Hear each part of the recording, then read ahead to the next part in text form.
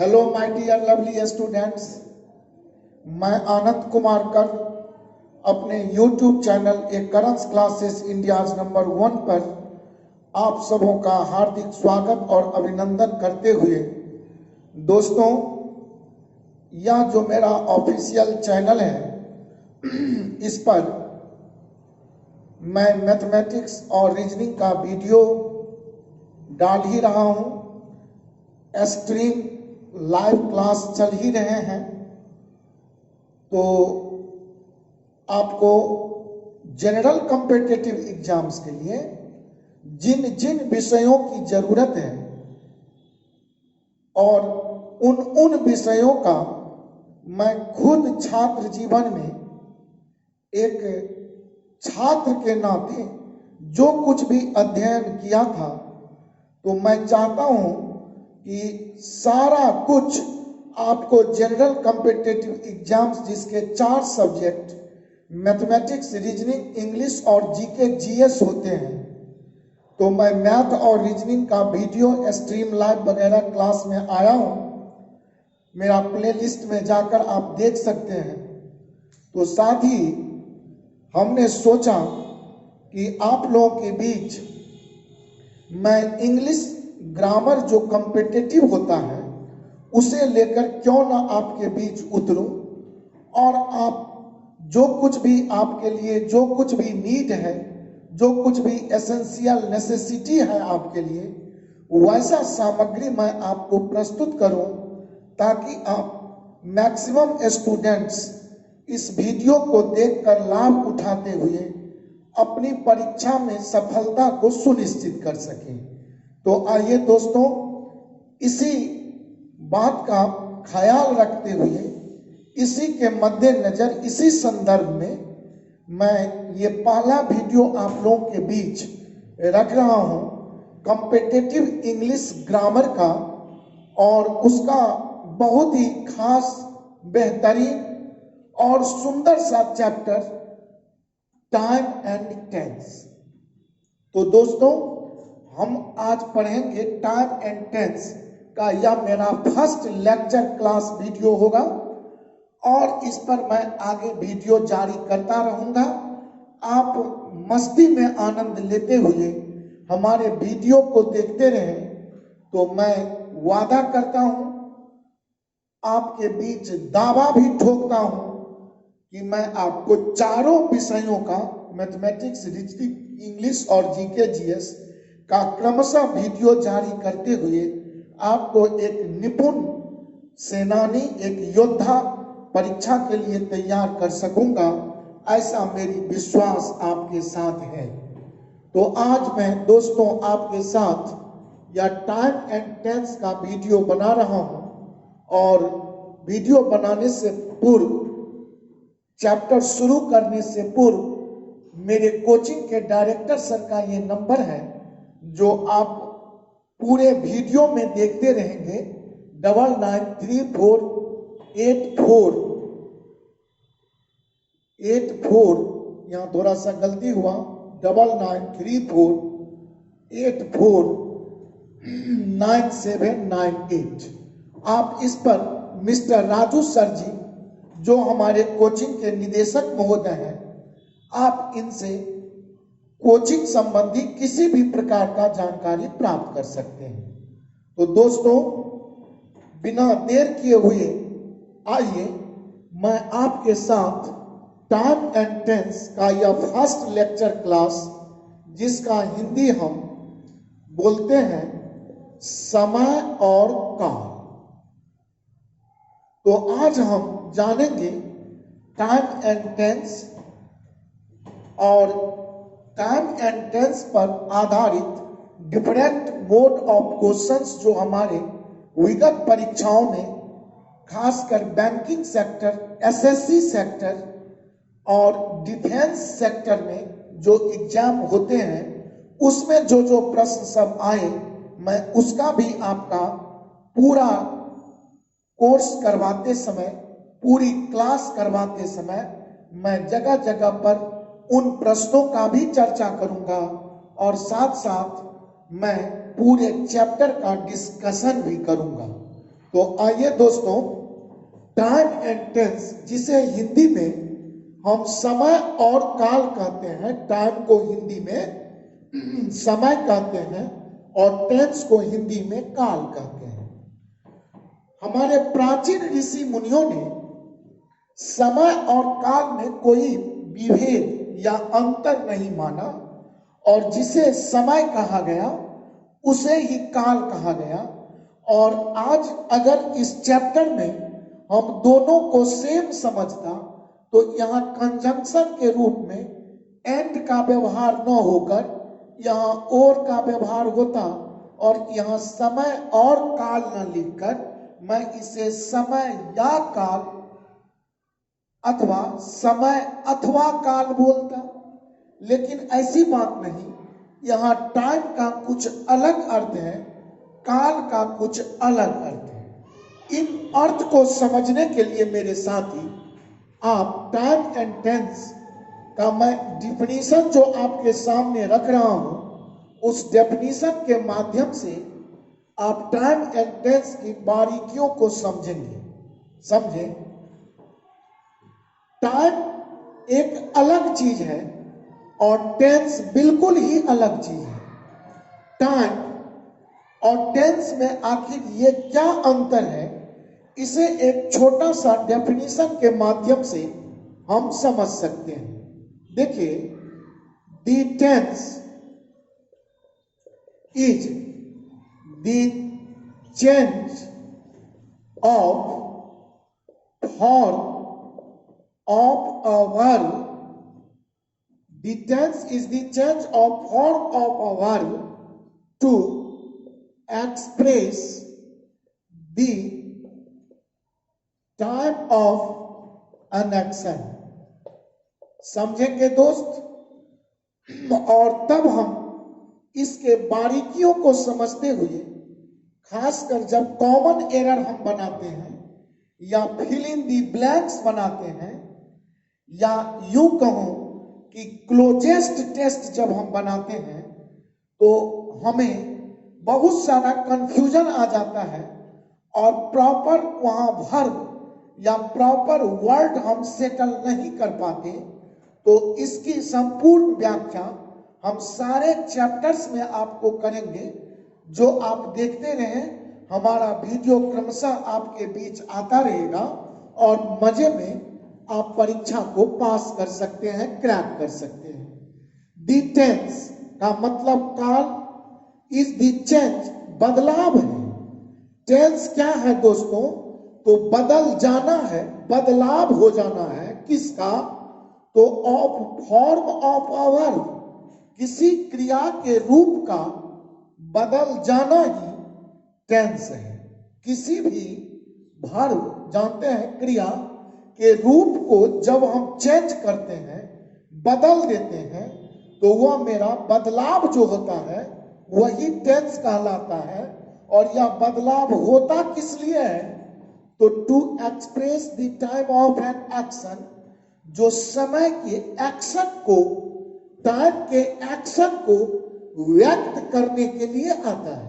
अर्थात टाइम के एक्शन को व्यक्त करने के लिए वर्ब को जिस रूप में हम बदल देते हैं सब्जेक्ट के साथ, ऐसी बदल जाना वर्ब का दोस्तों टेंस कहलाता है। और हम ऐसे टाइम के एक्शन को बदलने के लिए ही हम मुख्य रूप से टेंस को प्रेजेंट, पास्ट और फ्यूचर के 3 कैटेगरिकल पार्ट्स में अध्ययन करते हैं। देखिए दोस्त, फिलॉसफी के तहत अगर आप देखें तो present can only be realised, it can't never be expressed. Present हम ओनली अनुभव कर सकते हैं, इसे केवल हम रियलाइज कर सकते हैं, महसूस कर सकते हैं। And past is already dead, और मेरा पास्ट तो बिल्कुल मरा, मृत प्राय ही है। And future is yet to be, और मेरा जो भविष्य है वह तो होने को है, वह तो आने को है। अब मान लीजिए कि कोई पानी में उतरे, नदी के पानी में, और उस नदी के पानी को उतरते ही जो हमारे बॉडी में वह पानी टच किया, वह जो क्षण था, वह मेरा प्रेजेंट मोमेंट, जो नैनो सेकंड के अंदर पानी बह गया, वह मेरा पास्ट बन गया। और जो न्यू पानी, जो न्यू वाटर हमसे टकरा रहा है, टकराएगा, वह तो फ्यूचर की घटना होगी। अर्थात मैं जो सांस लेता हूं, वह सांस लेने का जो क्षण है, जिसे मैं सिर्फ महसूस कर सकता हूं दोस्तों, वह मेरा प्रेजेंट है। और जो सांस ले लिया वो तो पास्ट हो गया, और जो सांस क्रम आगे जारी रखूंगा वह मेरा फ्यूचर होगा। इसीलिए बहुत सारे हमारे फिलोसफर्स ने बताया है कि प्रेजेंट को ओनली हम रियलाइज कर सकते हैं, present can't be never expressed, present को कभी हम व्यक्त नहीं कर सकते। तो आइए, इसीलिए हम टाइम के एक्शन को व्यक्त करने के लिए जिस फॉर्म ऑफ वर्ब, जिस भी क्रिया के रूप का बदलाव करेंगे, हम उसी को ही टेंस कहेंगे। कैसे? तो इसके लिए दोस्तों, टेंस को हमने मुख्य रूप से 3 भागों में, 3 कैटेगरिकल पार्ट्स में इसे हमने डिवाइड किया है। और ये 3 जो मेरा भाग है, उसे हम बोलते हैं दोस्त, पहला बोला जाता है प्रेजेंट टेंस, आपका दूसरा पार्ट्स होता है पास्ट टेंस, और मेरा जो तीसरा पार्ट होता है वह होता है मेरा फ्यूचर टेंस।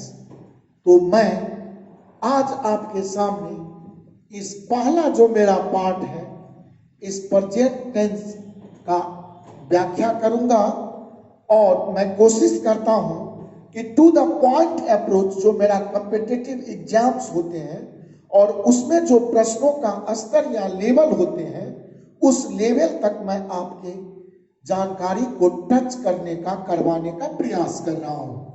दोस्तों, आप पूरी वीडियो देखें, और अगर मेरा चैनल आपने सब्सक्राइब न किया हो तो जरूर कर लें, ताकि दोस्तों जो भी मैं वीडियो आगामी अपलोड करूं, उसका नोटिफिकेशन सीधा सर्वप्रथम आप तक पहुंच सके। तो आइए दोस्तों, मैं पहले प्रेजेंट टेंस का व्याख्या करता हूं। हालांकि ये तीनों टेंस को हम 4 कैटेगरिकल पार्ट्स में बच्चा से पढ़ते आए और अभी भी पढ़ेंगे, लेकिन जो हमारे कंपटीशन के मुद्दे से मद्देनजर जो बहुत इंपॉर्टेंट बातों का जानकारी चाहिए, मैं उन बातों पर चर्चा करते हुए, मैं चाहूंगा फिजूल की बातों का चर्चा न करके, मैं बच्चों की तरह बातों को रट कर नहीं, उसे बिल्कुल कॉन्सेप्ट लेकर उस स्ट्रीम को समझूं, ताकि मैं क्वेश्चन को जब अटेम्प्ट करूं तो वह कॉमन एरर की बात हो, या फिल इन दी ब्लैंक की बात हो, या क्लोज टेस्ट की बात हो, मैं बहुत मजे से प्रश्न का सॉल्यूशन कर सकूं। तो आइए, प्रेजेंट टेंस का मैं पहला पार्ट्स जो पढ़ रहा हूं, उस पर विचार कर रहा हूं दोस्तों। इसे बहुत सारे पुस्तकों में लिखा गया है। प्रेजेंट टेंस के पहला पार्ट को प्रेजेंट इंडेफिनिट, जिसे कुछ किताबों में सिंपल प्रेजेंट भी कहा गया है, और मैं आपको इसका एक नया नामकरण समझाता हूं, स्टैटिक प्रेजेंट। और इस स्टैटिक प्रेजेंट को, जिसे हम अस्थिर वर्तमान कहेंगे, उस आधार से समझें, और इसमें जो वर्ब का एक्शन होगा, ये सब्जेक्ट प्लस वर्ब 1 और प्लस एस या ईएस का व्यवहार आवश्यकता अनुसार करेंगे, अथवा सब्जेक्ट के साथ हम इज एम आर प्लस जो भी आवश्यक टर्म होंगे मैं उस पर चर्चा करूंगा।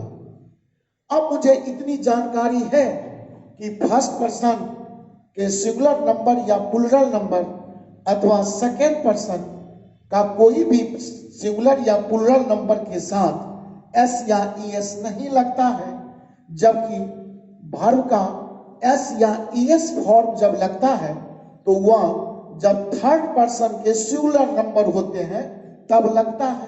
तो मैं ये बात को मानते हुए कि आप बेसिक बातों से परिचित हैं, तो मैं कॉम्पिटिटिव एग्जाम के प्रश्नों पर डायरेक्ट फोकस करूंगा ताकि मैं परीक्षा में आने वाले प्रश्नों को डायरेक्ट अटेम्प्ट लेते हुए बना सकूं।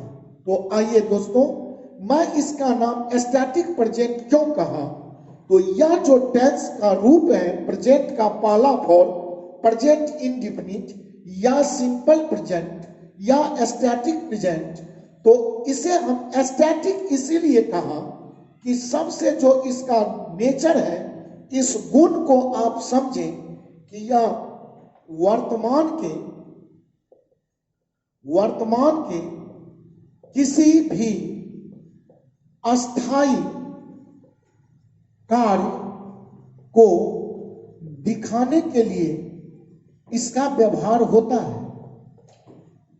वर्तमान के किसी भी अस्थाई, जो भी मेरा स्टैटिक वर्क होगा, जो भी मेरा परमानेंट वर्क होगा, ऐसा सब्जेक्ट के साथ जो क्रिया दिख रहा होगा उसको हम स्टैटिक प्रेजेंट या प्रेजेंट इंडेफिनिट या सिंपल प्रेजेंट में रखेंगे। कैसे, तो जैसे मैं आपको बताऊं कि मैं दरभंगा में रहता हूं, तो यह मेरा अस्थाई रहने का काम है, तो मैं बोलूंगा कि आई लिव इन दरभंगा। जी समझ रहे होंगे मेरे साथी। अब जैसे कि कहूं कि आप या वह कार्यालय में काम करता है, तो मैं कहूंगा कि he works in the office, वह कार्यालय में काम करता है।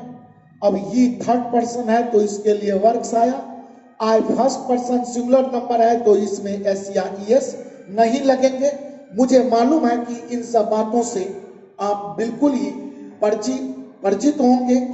अब ऐसा कोई भी अस्थाई जो स्टैटिक वर्क है, जैसे मैं कहूं कि पृथ्वी सूर्य के चारों ओर घूम रही है, तो यह कहना बिल्कुल गलत होगा, क्योंकि घूम रही है अर्थात टेम्पररी प्रेजेंट जस्ट मैं आगे पढ़ूंगा तो वह घूम रही है नहीं, बल्कि जब से यह पृथ्वी ग्रह का उदय हुआ होगा तब से यह हमारी पृथ्वी सूर्य के चारों ओर चक्कर काटती ही है।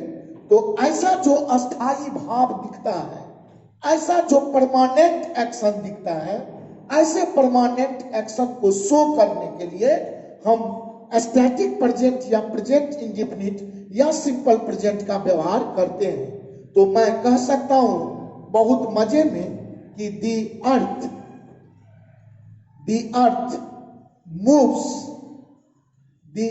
Moves around the sun. The earth moves around the sun, या यूं कहूं जैसे यहां पर इज एम आर का प्रयोग है, तो मैं कह सकता हूं कि तुम डॉक्टर हो, या ऐसा समझे कि पृथ्वी गोल है, तो मैं कह सकता हूं द अर्थ इज राउंड। मुझे विश्वास है कि आप समझ रहे हैं। तुम डॉक्टर हो, तो मैं कह सकता हूं यू आर अ डॉक्टर, या अस्थाई कार्य का बोध करवाता है, अस्थायित्व बोध करवाता है। अर्थात ऐसे वर्तमान के किसी भी अस्थाई भाव को दिखाने के लिए मैं निश्चित ही कह सकता हूं कि स्टैटिक प्रेजेंट का व्यवहार होगा। अब जैसे बच्चा में हम ट्रांसलेशन बनाते थे और बोलते थे कि सूरज पूरब में उग रहा है। अब कहिए यह सरासर गलत बात है। सूरज पूरब में उग नहीं रहा है, जब से सूरज और पृथ्वी का यह खेल शुरू हुआ होगा इस ब्रह्मांड में, इस यूनिवर्स में, तब से सूरज पूरब में ही उगता है। तो इसीलिए आप दी अर्थ इज, हम नहीं कह सकते अराइजिंग इन दी ईस्ट, मैं बोलूंगा दी अर्थ, सॉरी दी सन, सूरज पूरब में उगता है तो दी सन इज अराइजिंग इन दी, अगर ईस्ट बोल दो तो वह सरासर गलत हो जाएगा। मुझे लिखना होगा दी sun rises in the east, निश्चित ही, क्योंकि यहां पर अस्थाई कार्य है और मैं कह सकता हूं कि the sun rises in the east. मुझे विश्वास है कि आप समझ रहे होंगे। अगर इसमें लिख दे कि the sun is rising in the east, वह सरासर गलत होगा, क्योंकि सूरज पूरब में उगता ही है और जो भी अस्थाई कार्य का बोध दिखाएगा, निश्चित ही ऐसे अस्थायित्व कार्य को, भाव को दिखाने के लिए हम प्रेजेंट इंडेफिनिट, सिंपल प्रेजेंट या स्टैटिक प्रेजेंट का ही व्यवहार करेंगे।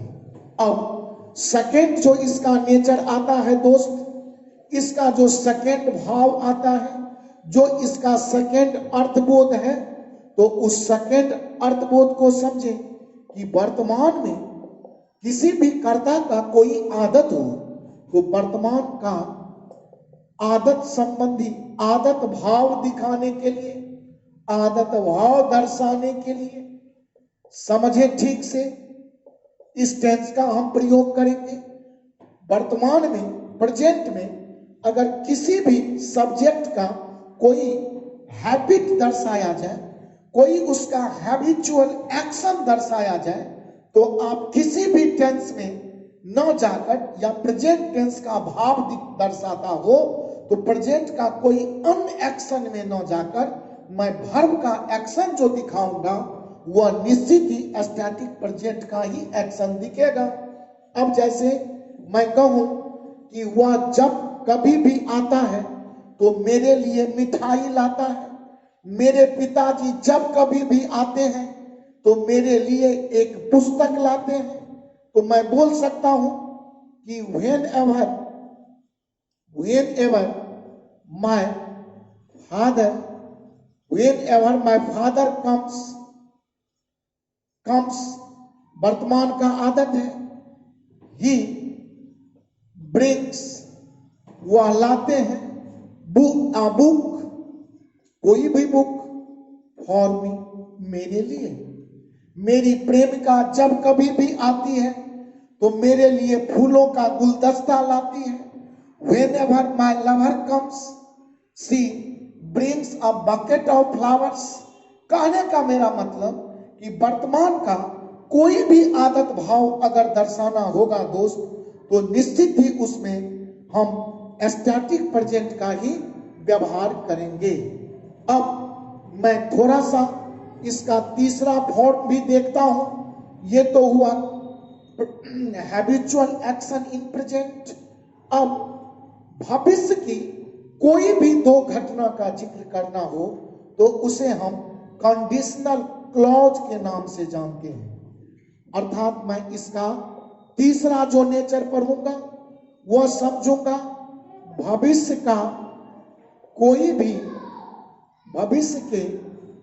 भी दो घटनाओं का, भविष्य के कोई भी दो घटनाओं का जिक्र अगर करने की बात होगा तो उसे हम कंडीशनल क्लॉज भी जानता हूं, इसे हम कंडीशनल क्लॉज के नाम से जानेंगे। और इस कंडीशनल क्लॉज के अर्थ में मैं भविष्य का कोई भी दो घटना को दर्शा सकता हूं, और इसके लिए हमारे कॉम्पिटिटिव एग्जाम्स में बहुत ही इंपॉर्टेंट क्वेश्चन इस रूल पर बेस्ड आते हैं। और इसमें जैसे मैं कहूं कि व्हेन, इफ, अनटिल, ये कंडीशनल क्लॉज के टर्म है। अनटिल या unless, as soon as long as, before,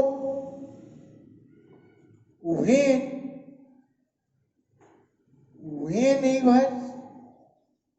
ऐसा कभी भी कंडीशनल क्लॉज को दोस्त अगर भविष्य के दो घटनाओं के लिए मैं जिक्र करके दिखाऊं तो इसमें आफ्टर भी कभी कभी मैं प्रयास कर रहा हूं कि ऐसी तमाम बातों का जिक्र जो मेरे कॉम्पिटिटिव एग्जाम में आते हैं आप उस पर बिल्कुल ध्यान दें, फोकस करें, समझें।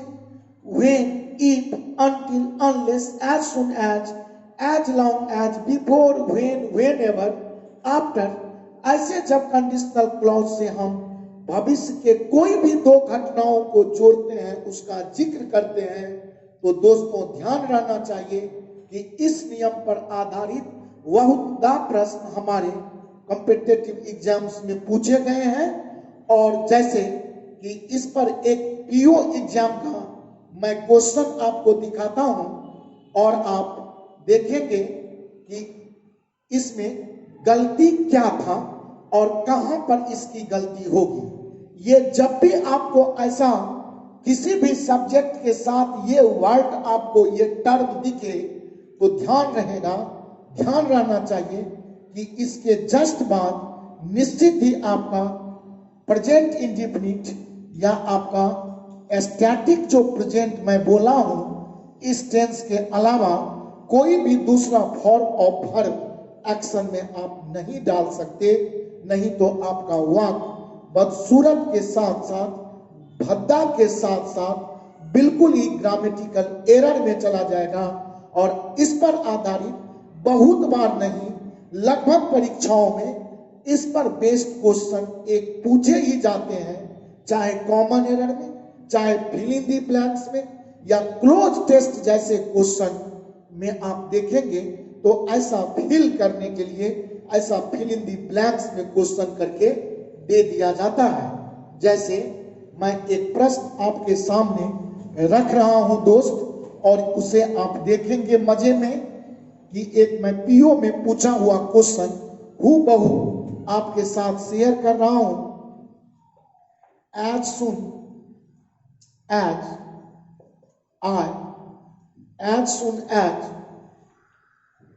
I will reach Patna, as soon as I will reach Patna, I will send you the book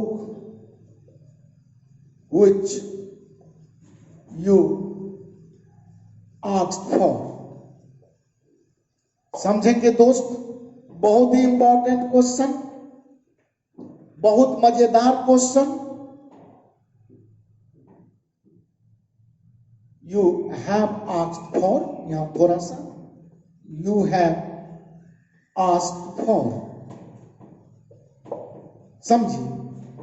as soon as, मैं देखा कि एज सुन एज आ गया और जस्ट अभी कंडीशनल टर्म हमने समझाया कि as soon as long as, until, if, unless, whenever, when, after, before.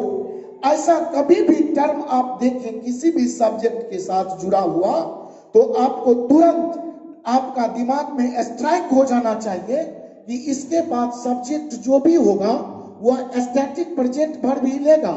और यहाँ आप देखते हैं कि आई के बाद तुरंत विल का प्रयोग फ्यूचर में कर दिया और इस तरह यह यहाँ गलत हो गया। सीधा हम बोलेंगे as soon as I will reach Patna, नहीं आई रीच पटना। आगे का क्लॉज फ्यूचर का स्टैटिक अथवा प्रेजेंट का स्टैटिक फॉर्म चल सकता है, लेगा तो अगला वाक्य बिल्कुल सही है। दो घटनाओं का जिक्र हुआ ना, जिसमें पहली घटना है कि ज्यों ही मैं पटना पहुंचूंगा तो तुमने जिस किताब के लिए बोला था या बोला मैं वह किताब भेज दूंगा।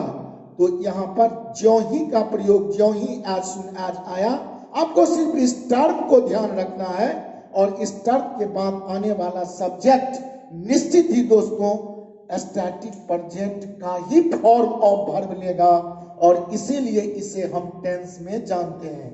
और इस तरह यह स्टैटिक प्रेजेंट या प्रेजेंट इंडेफिनिट का व्यवहार होगा।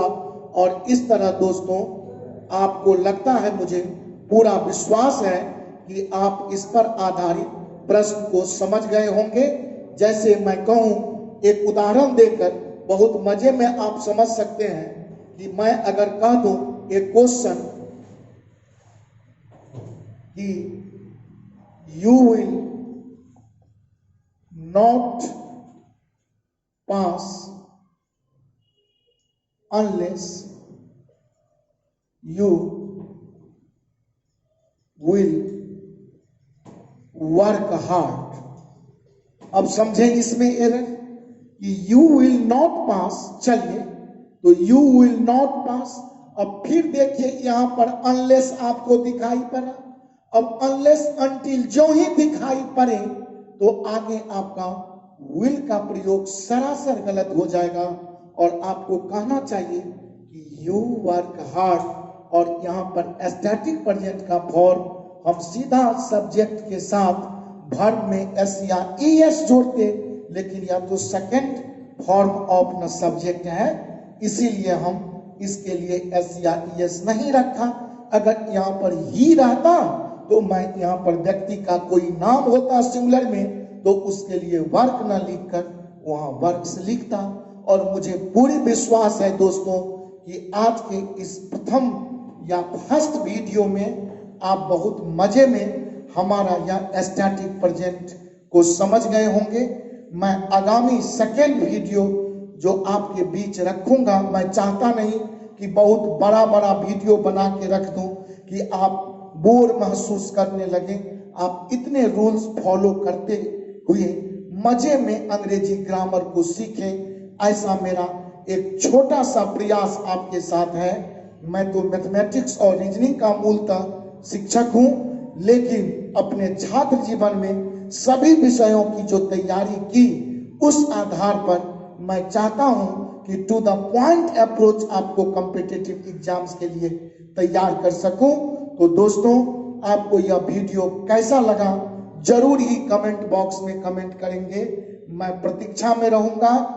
लाइक मैक्सिमम करेंगे, वीडियो को शेयर करना नहीं भूलेंगे। और अगर आप न्यू व्यूअर हैं तो ध्यान रहे कि आप चैनल सब्सक्राइब करना नहीं भूलेंगे। इस एक प्लेटफॉर्म पर ही मैं आपको मैथ, रीजनिंग, इंग्लिश और जीके जीएस का 100% गारंटी देता हूं कि सारा पेपर तैयारी कराने का मैं खुद जिम्मा लूंगा, क्योंकि मेरे डायरेक्टर साहब मिस्टर राजू सर जी का यह पूरा प्रयास है कि मेरे छात्र मैक्सिमम बातों को आनंद कुमार कर्ण सर जी से मैक्सिमम कितना सीख सके। तो मैं धन्यवाद ज्ञापित करता हूं अपने director sir mister Raju sir ji को। आप किसी भी प्रकार की क्वेरी के लिए 9934849798 पर हमारे निदेशक महोदय से संपर्क कर सकते हैं। अगले वीडियो तक के लिए मुझे आदेश दें, आज्ञा दें, इजाजत दें। बहुत बहुत धन्यवाद। So much thank you. Next video लेकर बहुत जल्द आपके बीच उपस्थित हूं, जिसमें मैं टाइम एंड टेंस का लेक्चर 2 आपके बीच रखूंगा। Thank you so much. Tata, bye bye.